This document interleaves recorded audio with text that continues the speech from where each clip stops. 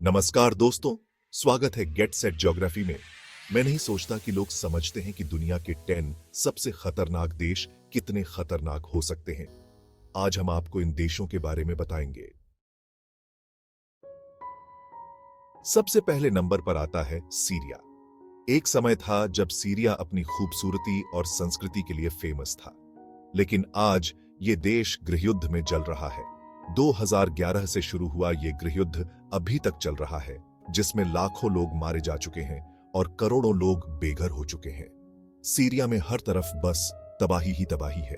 शहर खंडर बन चुके हैं, स्कूल और अस्पताल बंद हैं और लोग अपने घर छोड़कर भागने को मजबूर हैं। यहां हर वक्त मौत का डर बना रहता है। सीरिया में रहना मतलब हर दिन स्ट्रगल करना। लोगों को खाने, पानी और दवाई जैसी जरूरी चीजों के लिए भी बहुत मुश्किल होती है। बच्चों को पढ़ाई नहीं मिल पा रही है और उनका बचपन डर में गुजर रहा है। सीरिया की हालत सच में बहुत ही खराब है। दुनिया भर के लोग इस मुश्किल को सुलझाने की कोशिश कर रहे हैं, लेकिन अभी तक कोई हल नहीं निकला है। उम्मीद है कि जल्द ही सीरिया में शांति आएगी और लोग फिर से चैन की सांस ले पाएंगे। अब बात करते हैं अफगानिस्तान की। सालों से जंग और परेशानी झेल रहा यह देश आज फिर से तालिबान के कब्जे में है। तालिबान के राज में लोगों की जिंदगी पूरी तरह से बदल गई है।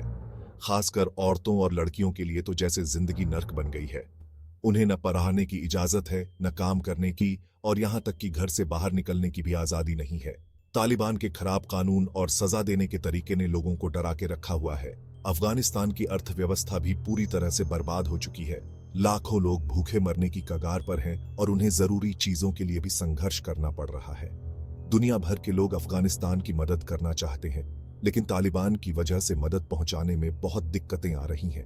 अफगानिस्तान के लोगों को उम्मीद है कि एक दिन उनका देश भी जंग और हिंसा से आजाद होगा और वे शांति से अपनी जिंदगी जी पाएंगे।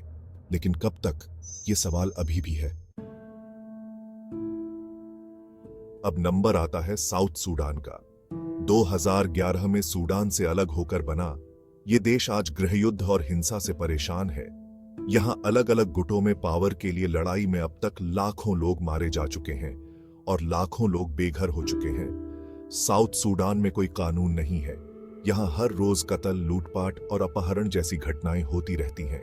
आम लोगों के लिए अपनी जान और माल की रक्षा करना बहुत मुश्किल हो गया है। साउथ सूडान में भूखमरी भी एक बहुत बड़ी प्रॉब्लम है। गृहयुद्ध और अकाल की वजह से लाखों लोग भूखे मरने की कगार पर हैं। बच्चों में कुपोषण होना आम बात है। साउथ सूडान की हालत सच में बहुत ही चिंताजनक है। दुनिया भर के लोग इस देश की मदद करने की कोशिश कर रहे हैं, लेकिन अभी तक कुछ खास असर नहीं हुआ है। दोस्तों, इराक का नाम सुनते ही आपके दिमाग में क्या आता है? शायद युद्ध, आतंकवाद और अस्थिरता। जी हां, ये वो चीजें हैं जिनसे आज इराक जाना जाता है। साल 2003 में अमेरिका और उसके साथियों ने जब से यहां हमला किया था, तब से ही इराक में अशांति है। यहां कई आतंकवादी संगठन एक्टिव हैं, जो आए दिन बम धमाके और हमले करते रहते हैं। इराक की सेना आतंकवाद से लड़ रही है, लेकिन अभी तक इस प्रॉब्लम का कोई परमानेंट सॉल्यूशन नहीं मिला है। आतंकवाद की वजह से इराक की अर्थव्यवस्था पूरी तरह से बर्बाद हो चुकी है। लाखों लोग बेरोजगार हैं और बहुत गरीबी में जीने को मजबूर हैं। इराक को शांति की सख्त जरूरत है ताकि यहां के लोग फिर से नॉर्मल जिंदगी जी सकें।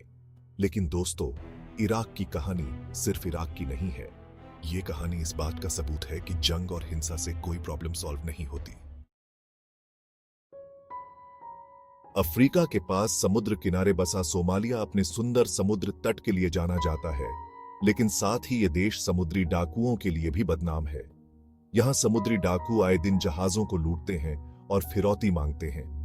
सोमालिया में सरकार का कोई जोर नहीं है और इसका फायदा उठाकर समुद्री डाकू बेखौफ होकर अपना काम करते हैं।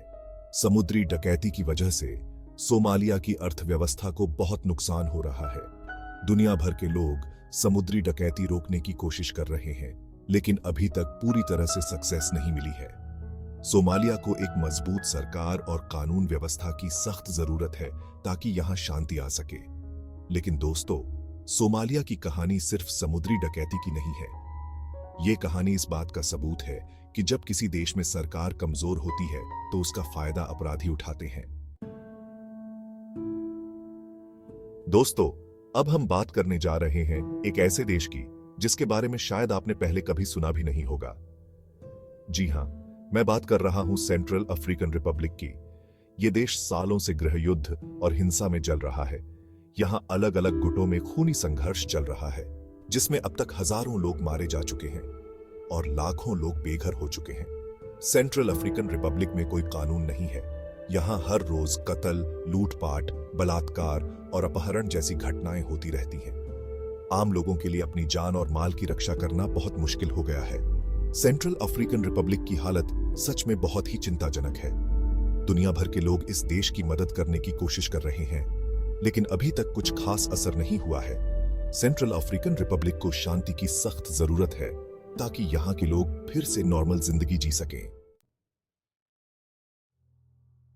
दोस्तों, यमन एक ऐसा देश है जो अपनी खूबसूरती और संस्कृति के लिए जाना जाता था, लेकिन आज ये देश गृहयुद्ध में जल रहा है। 2014 से शुरू हुआ ये गृहयुद्ध अभी तक चल रहा है, जिसमें अब तक लाखों लोग मारे जा चुके हैं और करोड़ों लोग बेघर हो चुके हैं। यमन में हर तरफ बस तबाही ही तबाही है। शहर खंडर बन चुके हैं, स्कूल और अस्पताल बंद पड़े हैं और लोग अपने घर छोड़कर भागने को मजबूर हैं। यमन में भूखमरी और बीमारी ने भी अपना कहर बरपाया है। लाखों लोग भूखे मरने की कगार पर हैं और उन्हें जरूरी चीजों के लिए भी बहुत मुश्किल होती है। बच्चों को पढ़ाई नहीं मिल पा रही है और उनका बचपन डर में गुजर रहा है। यमन की हालत सच में बहुत ही खराब है। दुनिया भर के लोग इस मुश्किल को सुलझाने की कोशिश कर रहे हैं, लेकिन अभी तक कोई हल नहीं निकला है। उम्मीद है कि जल्द ही यमन में शांति आएगी और लोग फिर से चैन की सांस ले पाएंगे। दोस्तों, लीबिया एक ऐसा देश है जो अपने तेल के लिए जाना जाता है, लेकिन 2011 में मुअम्मर गद्दाफी के शासन के खत्म होने के बाद से ही ये देश अराजकता और हिंसा से परेशान है। यहां अलग अलग गुटों में पावर के लिए लड़ाई चल रही है, जिसमें अब तक हजारों लोग मारे जा चुके हैं और लाखों लोग बेघर हो चुके हैं। लीबिया में कोई कानून नहीं है। यहां हर रोज कत्ल, लूटपाट और अपहरण जैसी घटनाएं होती रहती हैं। आम लोगों के लिए अपनी जान और माल की रक्षा करना बहुत मुश्किल हो गया है। लीबिया की अर्थव्यवस्था भी पूरी तरह से बर्बाद हो चुकी है। तेल का प्रोडक्शन बंद हो गया है और बेरोजगारी बहुत ज्यादा है। लीबिया को शांति की सख्त जरूरत है ताकि यहां के लोग फिर से नॉर्मल जिंदगी जी सकें। लेकिन दोस्तों, लीबिया की कहानी इस बात का सबूत है कि जब किसी देश में पावर एक जगह से हटती है तो उसका नतीजा अराजकता और हिंसा होता है। दोस्तों, नाइजीरिया अफ्रीका का सबसे ज्यादा जनसंख्या वाला देश है, लेकिन साथ ही ये देश आतंकवाद से भी जूझ रहा है। यहां बोको हराम नाम का आतंकवादी संगठन एक्टिव है, जो आए दिन बम धमाके और हमले करता रहता है। बोको हराम नाइजीरिया में इस्लामी शरिया कानून लागू करना चाहता है। ये संगठन लड़कियों को स्कूल नहीं जाने देना चाहता और आए दिन स्कूलों पर हमले करता रहता है। नाइजीरियाई सेना बोको हराम से लड़ रही है, लेकिन अभी तक इस प्रॉब्लम का कोई परमानेंट सॉल्यूशन नहीं मिला है।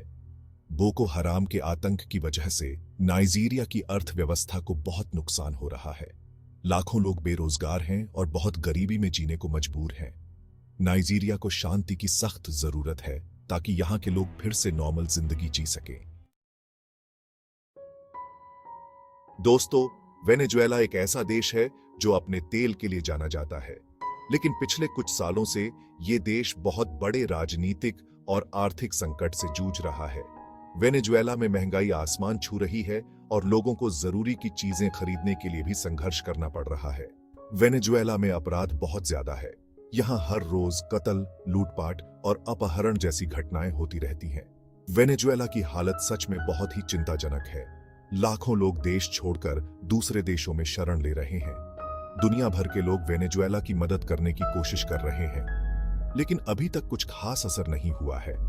वेनेजुएला को अपने राजनीतिक और आर्थिक संकट से निकलने के लिए बहुत संघर्ष करना होगा।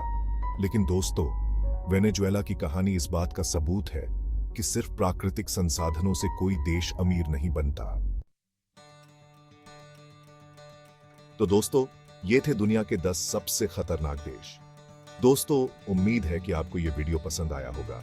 अगर आपको ये वीडियो पसंद आया हो तो इसे लाइक और शेयर जरूर करें। और ऐसे ही इंटरेस्टिंग और जानकारी वाले वीडियोस देखते रहने के लिए हमारे चैनल गेट सेट जियोग्राफी को सब्सक्राइब करना न भूलें। अगले वीडियो में मिलते हैं एक और नई जानकारी के साथ। तब तक के लिए नमस्कार।